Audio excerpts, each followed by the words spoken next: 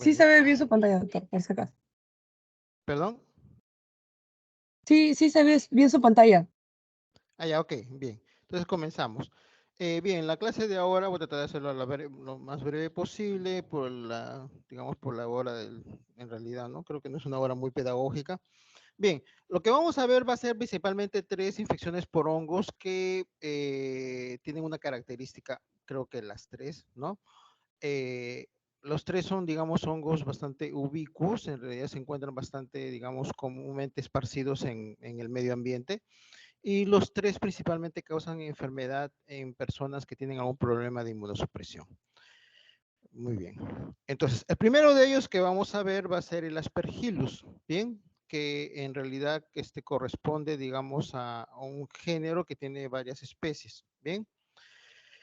Eh, bueno, en realidad, históricamente, el Aspergillus ya fue reconocido desde el año 1729, que es cuando se ve, digamos, se logra identificarlo por su forma característica y lleva este nombre básicamente porque se parece un poco a lo que es un aspergillium, que era algo así como un instrumento para echar agua bendita durante las ceremonias católicas.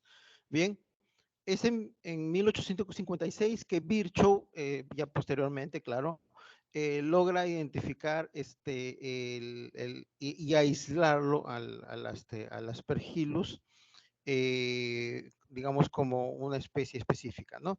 Actualmente se llega a saber que hay aproximadamente 250 especies de Aspergillus y muchas de ellas van a hacer, digamos, producir algún tipo de infección y tal vez un cuadro clínico en las personas, en los seres humanos, ¿no?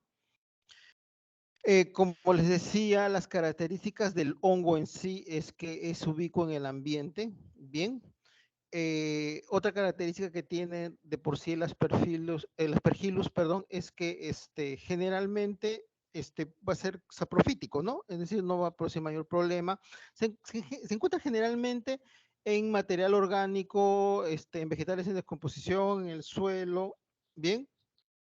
Y se dice de que la mayor parte de personas ya desde, digamos, desde edades jóvenes hasta la edad adulta, ya han tenido contacto con el Aspergillus porque han inhalado las conidias, que son la forma, digamos, principalmente infectante, ¿no? Las conidias, por su tamaño, por ciertas características de su, digamos, de su membrana, por su hidrofobicidad, por cerca de su superficie, se van a propagar por vía aérea. Y esta es la vía, digamos, que es la principal forma de infección del Aspergillus, ¿ya?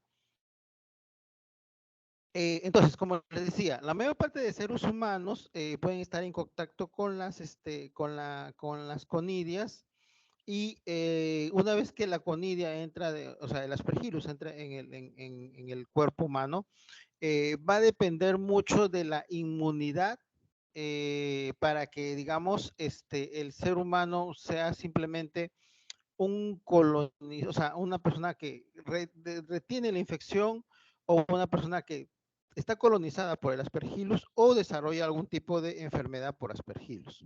Bien.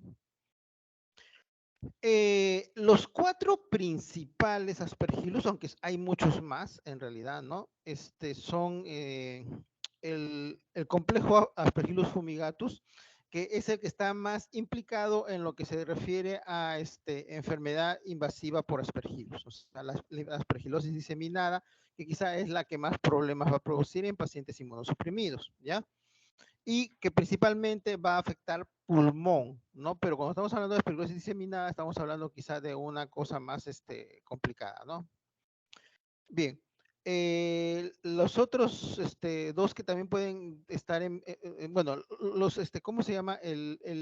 Perdón, el Aspergillus flavus está principalmente en vías respiratorias y también en senos, ¿no? Que pueden ser senos paranasales o senos etmoidales. Eh, y como nosotros podemos ver, el Aspergillus generalmente, como entra por vías respiratorias, va a afectar principalmente así, ¿no? Hay otras formas como las cutáneas, que van a estar, ahí está implicado más el Aspergillus niger y el Aspergillus flavus, que principalmente cuando es cutáneo, estamos hablando de una contaminación de una herida tipo quemadura que, a la que se y sobreinfecta. Esto puede ocurrir, digamos, en un escenario hospitalario o por trauma, ¿no? O sea, un trauma directo que hace que el aspergillus produzca, digamos, una infección directamente. Bien, hay un tipo de, digamos, mejor dicho, cuando se ha determinado la eh, clasificación de los aspergillus, principalmente se hacía por características fenotípicas, ¿no? Es decir, según se cultivaba y se iba viendo, digamos, ciertas características de cada una de las subespecies para identificar cada una de ellas, ¿no? Últimamente ya hay, digamos, una tecnología molecular. Hay pruebas moleculares que nos permiten, digamos, una determinación más adecuada de esto. Y hay un grupo de aspergillus que están considerados como especies críticas que pueden ser, según estudios epidemiológicos, de un 11 hasta un 15%.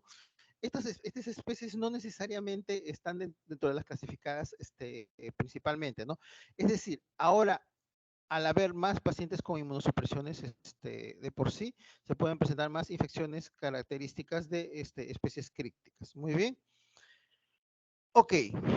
Entonces lo que nosotros tenemos ya es un hongo que está ubicuo, que la mayor parte de seres humanos pueden estar colonizados por este hongo, pueden tener un contacto o una infección por este hongo y que puede producir, digamos, enfermedades. Bien. En este cuadro que es tomado de un artículo de revisión del New England Journal del 2021, creo que es una forma, digamos, la más esquemática, un poquito, para ver los diferentes síndromes clínicos y, digamos, las características principales, ¿no? Tenemos un síndrome clínico que es la aspergilosis broncopulmonar alérgica, ¿ya? Los factores de riesgo para tener este tipo de presentación de la enfermedad son vías aéreas reactivas. Eso se refiere a personas que tengan asma, ¿no? Principalmente. Y también pacientes que tengan fibrosis quística. Elementos clínicos de infección, entonces, ¿qué se puede decir acá, no? Las personas que son portadoras o que inhalan las conidias van a hacer que haya una exacerbación del asma por una sensibilidad al hongo, ¿ya?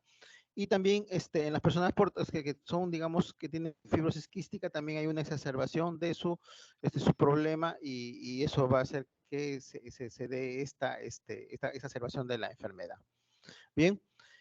El aspergiloma es más bien, se da cuando hay una enfermedad pulmonar estructural, es decir, un pulmón en cuyo parénquima hay una cavidad y dentro de estas cavidades pulmonares, que pueden ser causadas, por ejemplo, por otra enfermedad como la tuberculosis, una masa de aspergillus se va a desarrollar dentro de esta cavidad pulmonar, ¿no?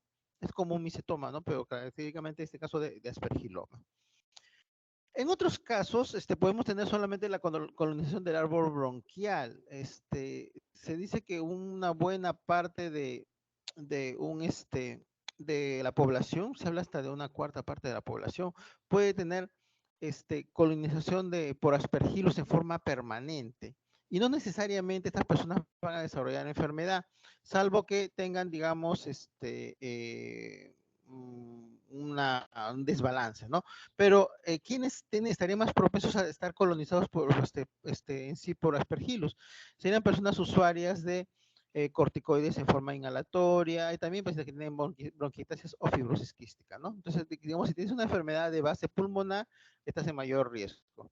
¿Y qué es lo que se va a encontrar? O sea, no hay signos clínicos en sí, pero sí vas a tener aislamiento recurrente en cultivos, ¿ok? Sin que haya síntomas ni haya hallazgos radiológicos que nos hagan pensar que hay una enfermedad pulmonar, una enfermedad por aspergillus activa. De ahí, como les mencioné hace un rato, la enfermedad cutánea, en la cual básicamente puede ser un daño tisular, que puede ser ya sea un trauma, ¿no? Quemaduras, y puede ser como dije, una infección primaria que de frente es colonizado por el aspergillus o secundaria, es decir, primero se da una quemadura, una herida operatoria, qué sé yo, y de ahí en un escenario hospitalario entra el aspergillus, ¿no? Enfermedad ocular también se puede dar por cuerpo extraño, por cirugía ocular, por daño, digamos, directo, ¿no? Se va a presentar principalmente como una queratitis, en algunos casos puede haber una endoftalmitis o también en algunos casos puede ser porque tenemos una sinusitis por aspergillus y por contigüidad va a producirse también compromiso ocular. De ahí tenemos lo que está la traqueobronquitis por aspergillus, que se da principalmente en los receptores, o sea, dentro de los grupos de inmunosuprimidos en los cuales se va a ver más, se supone que se da más en receptores de trasplante pulmonar, pero también se puede dar en otros grupos de inmunosuprimidos. ¿Y qué se va a presentar clínicamente en estos pacientes? Digamos, tos, hemoptisis, sibilantes y disnea. ¿Ok? En los rayos X o en algún examen digamos, de imagen que se haga, puede ser hasta normal, ¿ya? O solamente, digamos, un engrosamiento de la trama bronquial, ¿ya? En algunos casos puede haber hasta una traqueobronquitis obstructiva con tapones mucosos hasta hifas en las vías aéreas. En otros puede haber ya cosas más complicadas como una traqueobronquitis ulcerativa con invasión de la mucosa y en otros una forma pseudomembranosa con inflamación extensa y necrosis del árbol traqueobronquial, ¿no? En unos casos se va a dar en receptores de trasplante pulmonar donde se va a dar la invasión de las hifas en el sitio donde se hace la anastomosis y la sutura del pulmón. Bien, ahí tenemos la aspergillosis pulmonar crónica que generalmente no es en sí, es diferente a las otras enfermedades que les he dicho. También tenemos una enfermedad pulmonar estructural. Generalmente se da en pacientes con cáncer también, en pacientes que usan corticoide, en pacientes que tienen problemas de malnutrición, en pacientes que tienen problemas para el clearance por los cilios, es decir, el barrido mucociliar está afectado por una infección pulmonar reciente. Por ejemplo, puede ser por un paciente que ha sido post-COVID o una estancia, digamos, en UCI, ¿no? Entonces, en estos pacientes se va a dar también fiebre, tos y disnea con o sin dolor torácico y hemoptisis o signos de invasión. De ahí una enfermedad bastante común por aspergillus es la sinusitis. Se va a dar principalmente en pacientes neutropénicos, en pacientes que tienen diabetes mellitus o pacientes alcohólicos, ¿no? Se va a dar más en pacientes, en personas, digamos, que son procedentes de climas tropicales o pacientes que tengan una inmunosupresión prolongada. En el caso de esta sinusitis, a veces es un poco complicado de diferenciarla de otros agentes etiológicos. Bueno, la mucormicosis puede ser un diagnóstico diferencial, pero hay que tener en cuenta que la mucormicosis es bastante invasiva y destructiva, ¿no? En los neutropénicos, es decir, que personas que pueden tener una reacción inflamatoria por infección muy leve, puede ser que haya hallazgos clínicos sutiles con congestión nasal, fiebre y dolor facial, ¿no? Si nosotros tenemos un paciente que refiere alteración en el olfato tipo cacosmia, es decir, que huele feo, el paciente huele feo siempre, o sea, él manifiesta que huele algo que no le gusta, que es un olor feo, entonces debe considerarse que puede ser un signo de que hay una necrosis en la zona del seno nasal y puede requerir de hibridación de ese tejido. De ahí tenemos lo que es una aspergilosis del sistema nervioso central, que va a deberse principalmente a una invasión, pues, o sea, de aspergilosis pulmonar que tiene diseminación hematógena al sistema nervioso central, o una aspergilosis cutánea que tiene diseminación al sistema nervioso central, ¿no? A veces también puede ser una sinusitis, ¿no? Es bastante común en pacientes que reciben terapia con ibrutinib.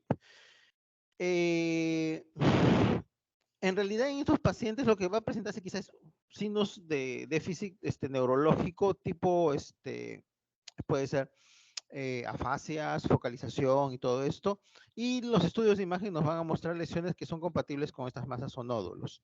Y ahí tenemos la aspergilosis que nos causa más problemas a veces en general, o la quizá un poquito más común de identificar, es la enfermedad invasiva, ¿no? Generalmente se debe a una inmunosupresión exógena. ¿Qué quiere decir esto? Pacientes receptores de trasplante, pacientes que han recibido quimioterapia por cáncer, pacientes que reciben tratamiento con inhibidores de la tirosinquinasa, en pacientes post-COVID, en pacientes post-influenza también puede ocurrir. ¿Y qué va a pasar? O sea, en realidad se da también una diseminación hematógena o invade zonas contiguas y esto hace que se pueda producir, digamos, compromiso de múltiples órganos, incluyendo también endocarditis por aspergillus. Bien, esas son las principales manifestaciones clínicas de la aspergilosis. Ahora, nosotros acá en este otro cuadro, que también es tomado del mismo artículo, y lo que estoy poniendo acá son principalmente los métodos diagnósticos. Antes yo presentaba algo que era algo así como infección probable, posible, ¿no? Pero haciendo la revisión del tema, se supone que estos datos principalmente se dan más para, digamos, una cuestión epidemiológica. Para el diagnóstico, digamos, de aspergilosis, enfermedad por aspergillus, lo más adecuado es tener digamos, el criterio clínico en una enfermedad de fondo, ¿no? Entonces, nosotros tenemos un paciente que tenga una neutropenia, una enfermedad de fondo inmunosupresora y que tenga ciertas manifestaciones, entonces deberíamos sospechar de aspergillus. Muy bien. Dentro de los métodos diagnósticos, tenemos, por ejemplo, el estudio por imagen, ¿ya? Los pulmones son los sitios más comúnmente afectados, seguidos por la sinusitis, ¿no? Entonces, el grado de certeza de infección, si nosotros agarramos y hacemos una imagen, no se puede basar solo en la imagen, ¿ya? Entonces, se debe complementar con pruebas no invasivas, ¿ya?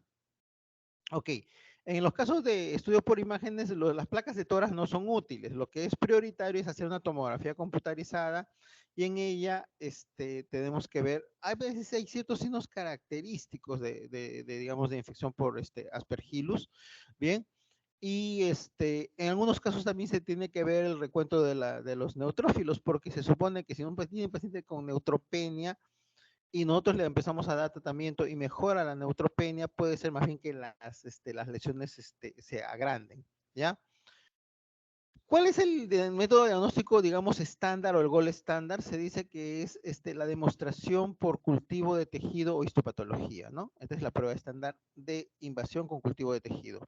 Es decir, si nosotros agarramos y tomamos una muestra de un sitio estéril, y encontramos el aspergillus, tenemos un diagnóstico como prueba estándar, ¿ya? Como les decía, este es un estándar histórico de referencia, pero ¿cuáles dificultades tiene, no? En algunos casos la infección puede ser difícil digamos, mejor dicho, el sitio donde está la infección puede ser difícil de tomar la muestra y a veces también es un poquito complicado sospechar de algunos sitios, ¿no? Los hemocultivos hay que tener en cuenta también para aislar aspergillus no son muy útiles. Muy bien. Otra cosa que nos puede servir mucho es la evaluación citológica del lavado bronquialveolar, es decir, del líquido que tenemos de secreción bronquial, pues bajo lavado bronquialveolar. Eso quiere decir que tenemos que hacer una prueba que es broncofibroscopía, un procedimiento que es broncofibroscopía, ¿no? Y en el lavado bronquialveolar se tiene que hacer tinción argéntica de Gomori o tinción fluorescente, cultivo de hongos y también determinación por galactomanano. En estos casos, o sea, nos puede dar una certeza de infección probable, ¿ya? Se recomienda complementar con estudio de imagen y para medir el grado de enfermedad y también compromiso de estructuras contiguas. Si nosotros tenemos, digamos, una lesión pulmonar periférica o una efusión pleural, se podría hacer también biopsia con aguja, ¿ok? Esos son, digamos, los métodos invasivos, ¿no? De ahí tenemos otros métodos no invasivos que nos ayudan. Y aquí tenemos, por ejemplo, la determinación del nivel de hemoglobina G, hemoglobina E. Esto sobre todo en las formas alérgicas, es decir, en la aspergilosis broncopulmonar alérgica, nos ayuda, digamos, para saber si es que tiene, ¿no? Si está presente con criterio clínico, o sea, si el paciente tiene una aspergilosis broncopulmonar alérgica por la clínica en una enfermedad de fondo tipo asma o fibrosis quística, entonces en estos casos nosotros podemos agarrar y hacer este tipo de pruebas y determinar cómo está el nivel, ¿no?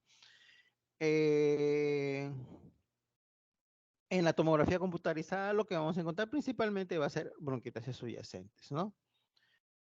No hay ninguna prueba específica que nos va a dar solita el diagnóstico de aspergilosis broncopulmonar alérgica. Es la suma de todo esto, ¿no? Por ejemplo, paciente que tiene criterio clínico, paciente que tiene una tomografía compatible con esto, con broquetasias y todo eso, paciente que tiene una enfermedad predisponente como fibrosis quística o asma bronquial, y paciente que tiene, digamos, niveles de inmunina G o inmunina E específica para Aspergillus sérico, ¿no? Muy bien, de ahí tenemos el galactomanano, que también ya lo hemos mencionado un poquito en lavado bronquialveolar, y este es el galactomanano sérico, ¿no? Nos puede indicar infección probable y posible. El galactomanano puede obtenerse de suero del líquido bronquialveolar, como les dije. Es positivo cuando tenemos un índice de densidad óptica mayor de, bueno, acá es de 0.5, ¿no? O de 5. 0.5 es acá, ¿no? Es una cosa acá. Ya. Entonces, en esto, no, de 5, perdón, ya. Si nosotros tenemos este valor, nosotros podemos agarrar y decir que el paciente tiene una infección ¿cómo se llama? Por el, Aspergillus. En estos casos, o sea, lo que tenemos que tener en cuenta que esto de acá nos ayuda en todo caso con con un criterio también clínico que lo acompañe, ¿no? Si no, no podemos agarrar y decir completamente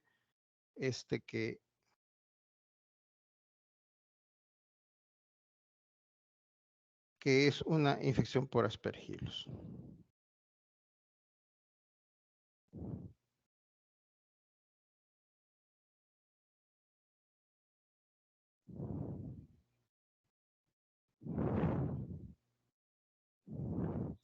Bien, de ahí tenemos el beta de glucano, pero el beta de glucano no es un ay, está mal. No, era 0.5, estoy escribiendo mal acá yo. Ya, el beta de glucano no es un ¿cómo se llama? No es relevante para aspergilosis. Es un componente de la pared celular de muchos hongos y no se ha determinado el punto de corte para diagnóstico. No puede haber falsos positivos en pacientes que, por ejemplo, son sometidos a hemodiálisis o pacientes que reciben albúmina como terapia. De ahí la determinación del Aspergillus por PCR, o sea, como prueba molecular, esto de acá es desconocido, se evaluó en numerosos estudios con especificidad del 76% y sensibilidad del 85%. Pero muchas veces digamos, lo que se aísla en el PCR no es, no es más que una colonización, entonces es un poquito complicado.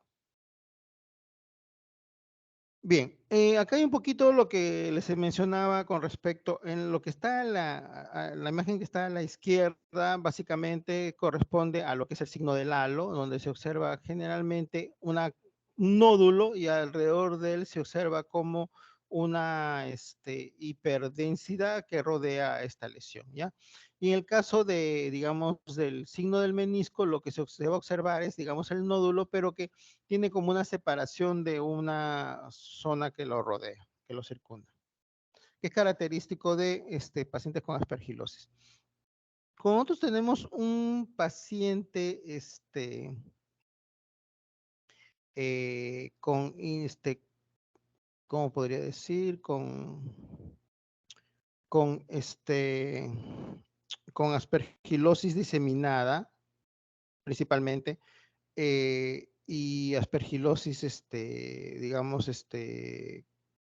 crónica o sinusitis, o aspergilosis del sistema nervioso central, cualquier aspergilosis invasiva, cualquier aspergilosis del sistema nervioso central, sinusitis en un paciente inmunosuprimido, el tratamiento de primera elección sigue siendo el voriconazol. ¿Ok? Ahora, han salido dos alternativas como el isavuconazol y el posaconazol. Bien, ambas no son inferiores en los efectos terapéuticos y pueden tener menos reacciones adversas que el voriconazol. Ahora, el isavuconazol tiene la ventaja de que no requiere, digamos, un monitoreo de concentración sérica como el posaconazol, que podría tener más interacciones que en el tratamiento, o sea, a diferencia del isavuconazol. Muy bien. Itraconazol va a ser para ciertos casos específicos de aspergilosis crónica. La anfotericina B, liposomal y la anfotericina de oxicolato no se consideran como alternativas de tratamiento de primera línea, pero en algunos casos se podría utilizar considerando que las primeras opciones que he mencionado antes no estuvieran, o sea, ya sea el voriconazol, el isavuconazol o el posaconazol. Las equinocandinas como la carpofungina, anidulafungina, o sea, no se recomiendan como terapia de primera línea. Bien, bueno, ese es el caso clínico. Ya. Ahora vamos a pasar a lo que es el criptococo. Bien, el criptococo es otro hongo que también tiene ¿cómo se llama? Una característica, porque es una infección de relevancia global, ¿no?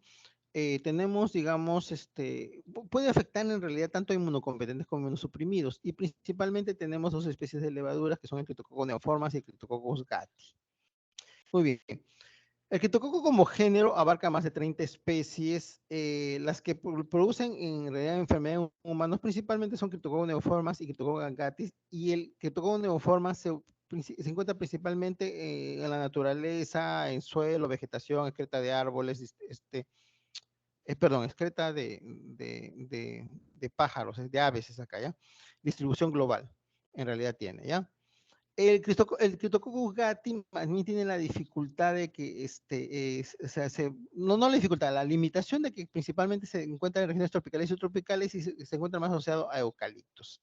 El Cryptococcus gattii va a dar más a pacientes inmunocompetentes, ¿ya?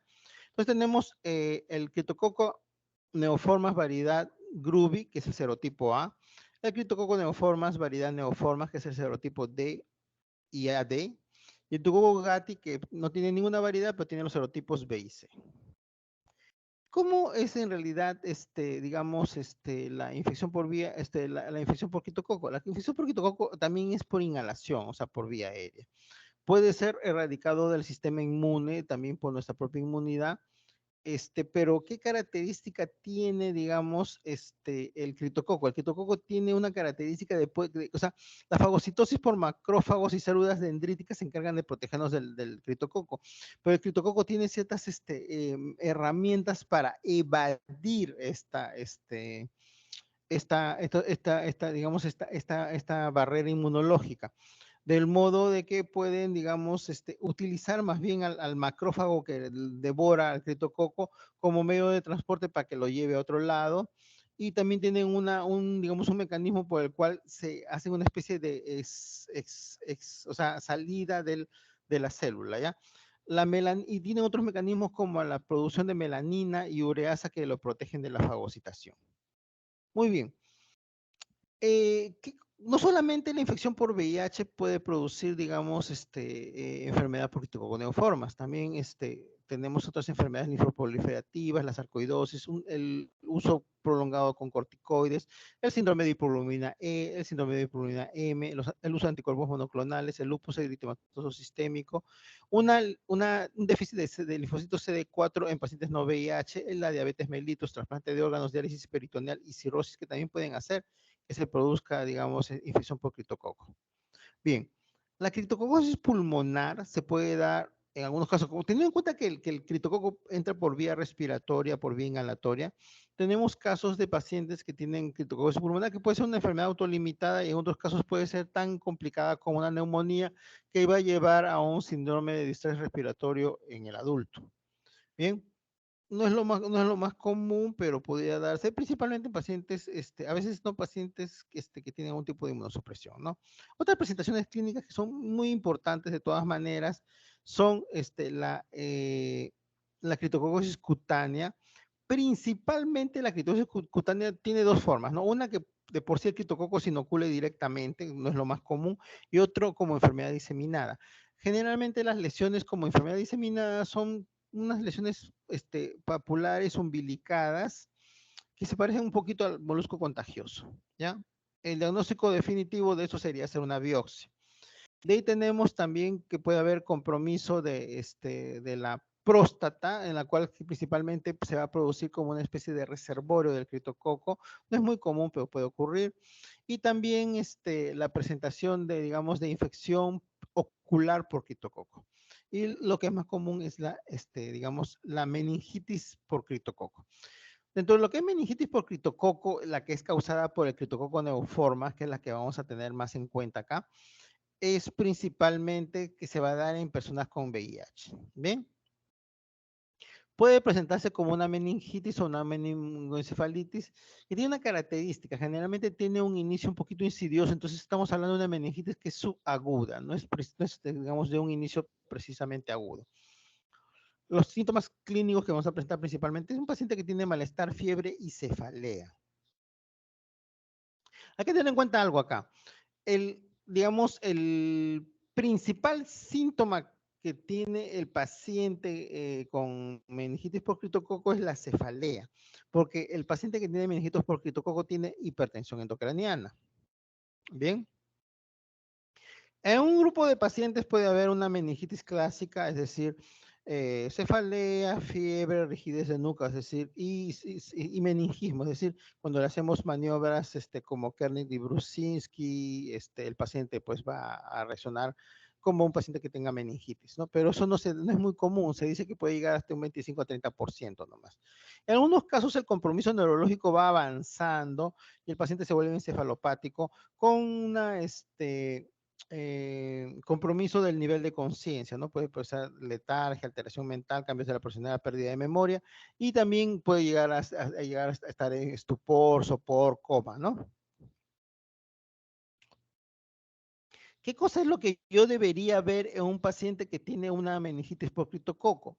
Bueno, en algunos casos, si es que es un criptococoma, voy a ver lesiones características tipo granulomas, que van a ser los criptococomas, ¿no?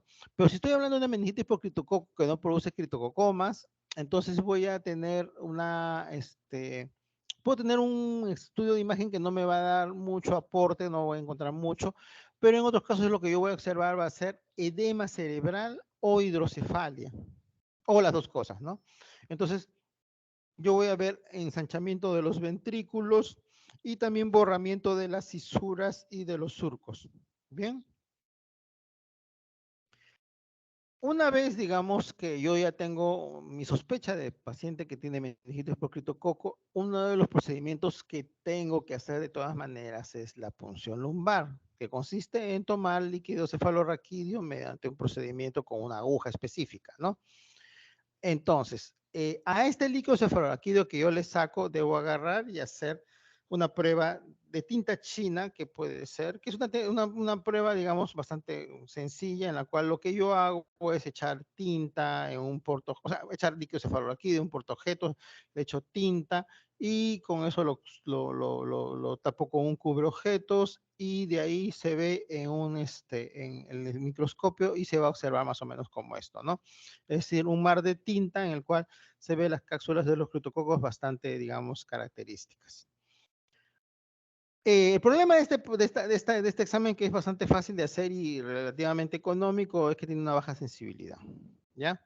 De ahí tenemos el antígeno criptococósico, que tiene una mayor sensibilidad. También se hace en líquido cefalorraquídeo, ¿ya? También puedo hacer antígeno criptococósico, que tiene una bastante sensibilidad en sangre, no sea tan invasivo. El diagnóstico definitivo para criptococcus neoformas es hacer cultivo positivo, ¿ya? O sea, perdón, es hacer cultivo del hongo, ya sea en líquido cefalorraquídeo, ¿no? Y que se haga el cultivo positivo. Muy bien. Hay otras cosas que se tienen que tener en cuenta, ¿no? La tinta china generalmente va a presentar muchas levaduras, y en el estudio citoquímico del líquido cefalorraquídeo yo puedo tener hiperproteinorraquia, una glucosa normal o una hipoglucorraquia, ¿no? Generalmente hay un aumento de la celularidad, es decir, aumento de los leucocitos con un predominio de los linfocitos. Otra cosa que tener en cuenta en los pacientes que tienen criptococosis es la presión de apertura del líquido cefalorraquídeo. Eso acá se mide con un instrumento especial o a veces en forma artesanal, pero lo que va a ver es la columna del líquido cefalorraquídeo, cómo se eleva. Si supera los 15 centímetros de agua, estamos hablando de una presión de apertura aumentada. Generalmente en los pacientes que tienen criptococosis se habla de que tiene más del 20 centímetros de agua hasta un 75% de los pacientes. Entonces es una cosa muy característica de la criptococosis. Muy bien. Una vez yo he determinado mi diagnóstico, yo debo iniciar tratamiento con anfotericina B, 0,7 miligramos por kilo día, más flucitocina. Ahora, en el país no tenemos flucitocina, ¿ok? Pero es la mejor forma, digamos, el mejor esquema, ¿ya? esto produce una esterilización más rápida del líquido cefalorraquídeo. ¿Qué quiere decir? Que yo hago le hago un cultivo a los 15 días y es más probable de que ya no crezca el criptococo. Si no tengo flucitocina, puedo hacerlo con anfotericina B con fluconazol, que va a ser inferior en su tratamiento. Ya. Ten en cuenta varias cosas, ¿no? Cuando nosotros administramos anfotericina B, debemos monitorizar la función renal y el potasio en sangre porque puede producir azoemia e hipocalemia. Podemos utilizar formulaciones lipídicas de anfotericina B que son bastante efectivas en pacientes que tienen función renal deteriorada, pero el problema es que no es, nosotros no tenemos la disponibilidad de esta anfotericina B en formulaciones lipídicas. Después de 2 semanas de tratamiento, o sea, más o menos cuando se completan las 2 semanas, debemos tener una mejoría clínica y ya debería hacerse un cultivo de hongos para líquido cefalorraquídeo y no crecer el criptococo. Se debe continuar el tratamiento con fluconazol 400 a 1200 miligramos por día, es decir, fluconazol a dosis altas, y esto debe completarse hasta más o menos 8 semanas.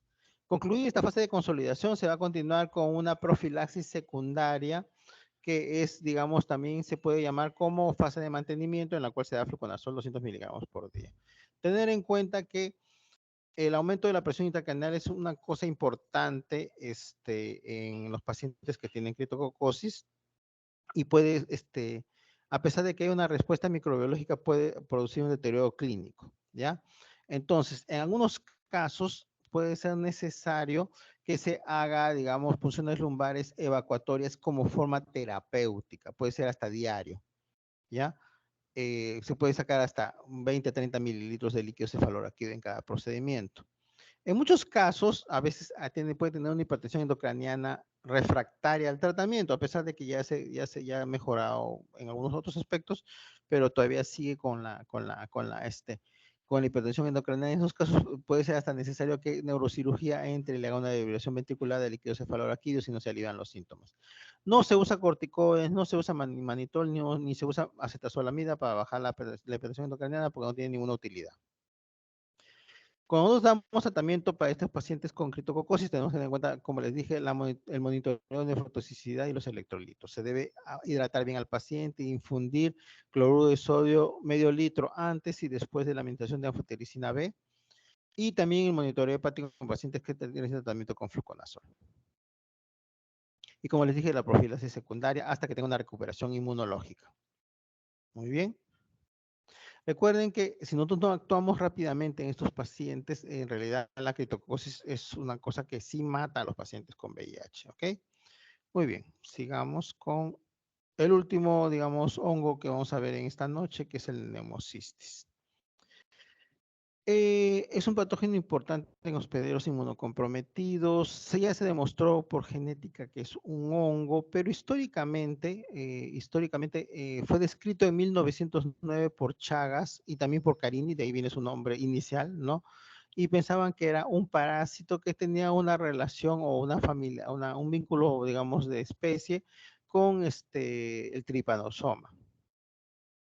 Posteriormente, en 1942, más o menos en la década del 40 del siglo pasado, Delanoë lo encontró como una infección pulmonar en ratas.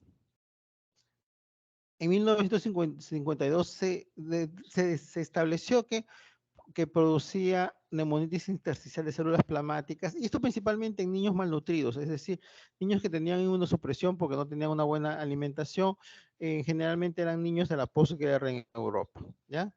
Posteriormente ya vino, digamos, la aparición de infección por pacientes inmunosuprimidos oncológicos o con tratamiento inmunosupresor. Se vio que también tenían este tipo de neumonitis o neumonía por Girovechi.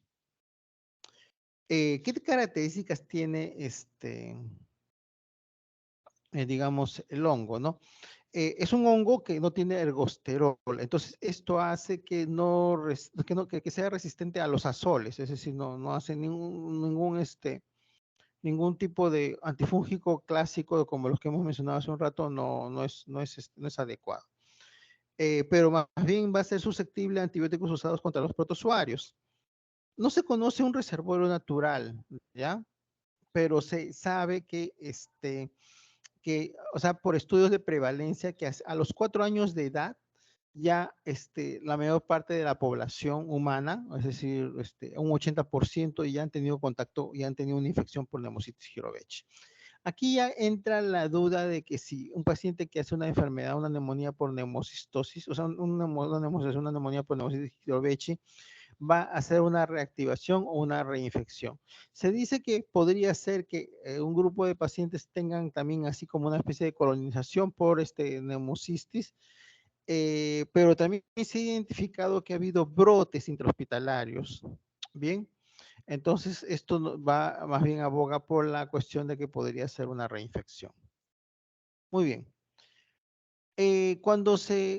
Como les dije hace un momento, cuando apareció la epidemia del SIDA, estoy hablando en la década de los 80, no a principios de la década de los 80, eh, fue que hubo, digamos, un repunte, un repunte, un incremento importante de esta presentación de enfermedad, ¿no? Entonces, definitivamente los pacientes con VIH son un buen grupo importante que pueden tener hemocitosis, sobre todo si son pacientes inmunosuprimidos, ¿no?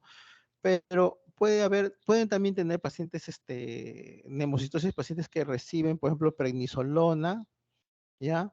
Pacientes que reciben inhibidores del factor de necrosis tumoral alfa, o pacientes que reciben otros corticoides, ¿ya? Y otros agentes como metotrexate o azatioprina. Pacientes con cáncer que reciben corticoides y ciclofosfamida, los que reciben alentizumab, temozolomida y radioterapia, los pacientes que reciben fludarabina y cualquier tratamiento antileucemia. ¿Ya?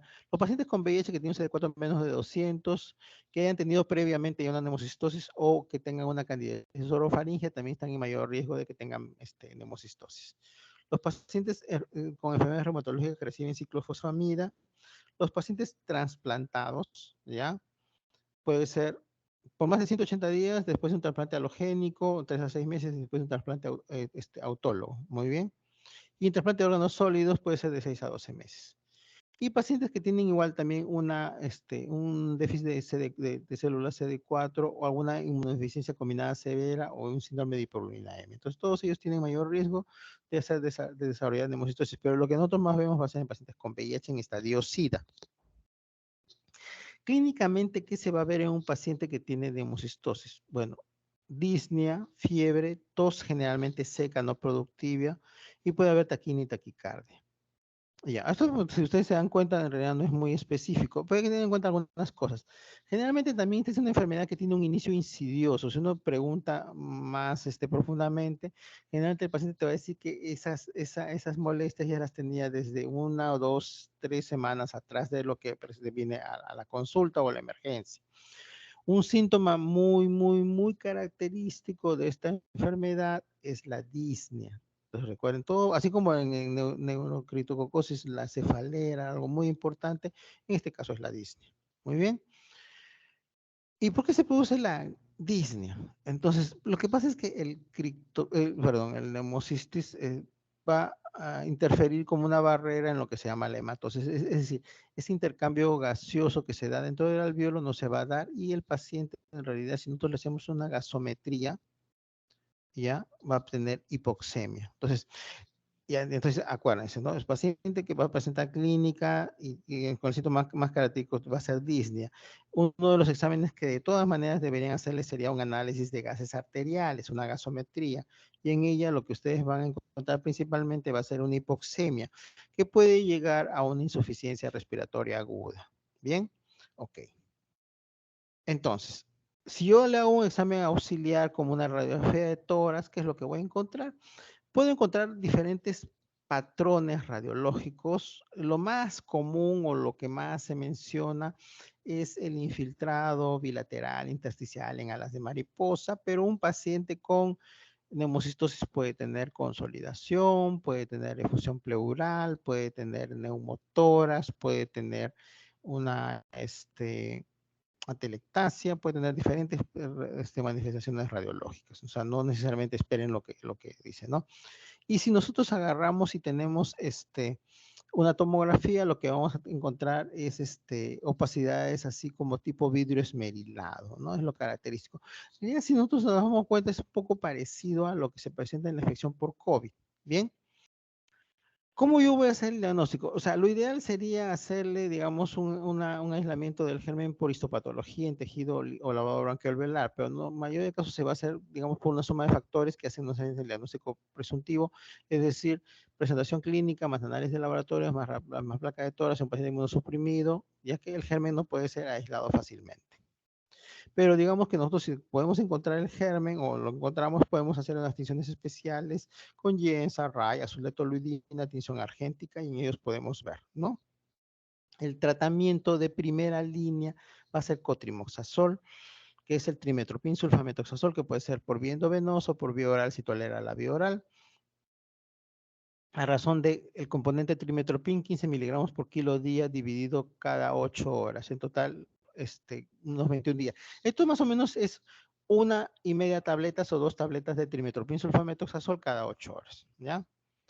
Si no tenemos esto, le podemos dar clindamicina más primaquina o y la prednisona, que es el corticoide que se da previamente y debería acompañar el tratamiento, es si la gasometría es lo suficientemente importante como que va a producir una hipoxemia menor de 70 milímetros de mercurio o un gradiente alveolar arterial mayor de 35 milímetros de mercurio. Bien, y acá está el caso clínico, que bueno, eso sería para que más o menos ustedes practiquen. Muy bien, esta es mi bibliografía en esta oportunidad y bueno, y les agradezco su atención. Hay una quiero hacer una corrección porque ha habido en mi, ¿cómo se llama? En mi diapositiva en la que yo presento el punto de corte de galactomanano es 0.5 y ha habido un error de tipeo y yo le he puesto 5 y me he hecho dudar hace un rato, pero en realidad es 0.5. Y ahorita lo corrijo y se los envío con esa corrección, ¿ya? Listo, doctor, muchas gracias. Bien, muchas gracias a ustedes por su atención. Hasta luego. Hasta luego, doctor. Bueno, Muchas doctor, gracias. muchas gracias. Buenas noches. Hasta luego, doctor. Gracias. Hasta luego, doctor. Gracias.